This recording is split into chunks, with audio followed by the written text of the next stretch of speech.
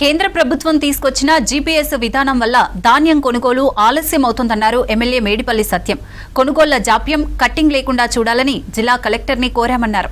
రైతులకు ఇబ్బందులు కలిగించొద్దని విన్నవించామని తెలిపారు. తమది రైతు ఫ్రెండ్లీ గవర్నమెంట్ అని తెలిపారు. రైతుల పక్షపాతి, రైతు సంక్షేమమే తమ నినాదమన్నారు. రైస్ మిల్లర్లు ఇబ్బందులు పెడితే తానే రైతులతో కలిసి ధర్నా చేస్తానని హెచ్చరించారు ఎమ్మెల్యే మేడిపల్లి సత్యం. కాంగ్రెస్ పార్టీ ప్రభుత్వం అధికారంలోకి వచ్చినాక గత 2 సంవత్సరాల నుంచి రైతన్నకు ఏ ఇబ్బంది పెట్టకుండా, తప్ప తాళుతో సంబంధం లేకుండా, కటింగ్ లేకుండా ధాన్యాన్ని కొనుగోలు చేసినటువంటి సందర్భం ప్రతి రైతన్నకు తెలుసు. దురదృష్టవశాత్తు ఈసారి కేంద్ర ప్రభుత్వం తీసుకొచ్చినటువంటి జీపీఎస్ సిస్టమ్ తోటి ఒక వారం 10 రోజులు ఈ ధాన్యం సేకరణ ఆలస్యమైంది. దానివల్ల సెంటర్లలోకి లారీలు అనుకున్నంత రీతిలో రాకపోవడం, అదేవిధంగా ఈసారి చాలామంది రైతులు ఈసారి కొంచెం కటింగ్ ఎక్కువ చేస్తుందని చెప్పి ఫీల్డ్ లెవెల్ నుంచి ఫీడ్బ్యాక్ వస్తున్నప్పుడు ఒక ఎమ్మెల్యేగా, జిల్లా కాంగ్రెస్ పార్టీ అధ్యక్షుడిగా ఈ కరీంనగర్లో రైతాంగం తరపున తప్ప తాళుతో సంబంధం లేకుండా, కటింగ్ లేకుండా ధాన్యాన్ని సేకరించాలని చెప్పి కలెక్టర్ గారిని కోరడం జరిగింది. కలెక్టర్ గారు కూడా రెగ్యులర్గా మానిటర్ చేస్తున్నారు ఈ ధాన్యం సేకరణ గురించి.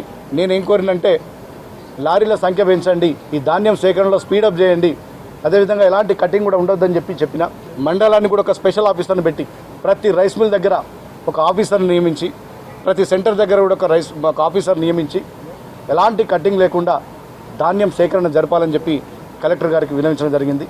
ఇది కాంగ్రెస్ ప్రభుత్వం ఫార్మర్ ఫ్రెండ్లీ గవర్నమెంట్. మేము రైతులకు నిరంతరం వారితో ఫ్రెండ్లీగా ఉంటాం.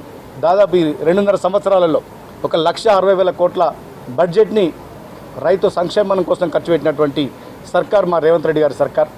రుణమాఫీ కానీ, రైతు భరోసా కానీ, రైతులకు బోనస్ ఇవ్వడం కానీ, ఇన్పుట్ సబ్సిడీ విషయంలో దాదాపు 1,60,000 కోట్ల రూపాయలు ఇప్పటివరకు రైతాంగ సంక్షేమం కోసం ఖర్చు పెట్టినటువంటి సర్కార్ మాది.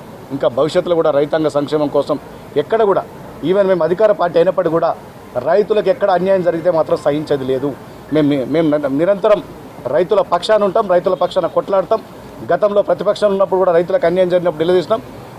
గత 2.5 సంవత్సరాలు ఎక్కడ కూడా ఇబ్బంది లేదు. ఈసారి చిన్న ఇబ్బందులు రాగానే ఇమ్మీడియట్గా కలెక్టర్ దృష్టికి తీసుకొచ్చినాం. మాటికి మాది రైతు సర్కార్, రైతులకు వెన్నంటి ఉంటాం.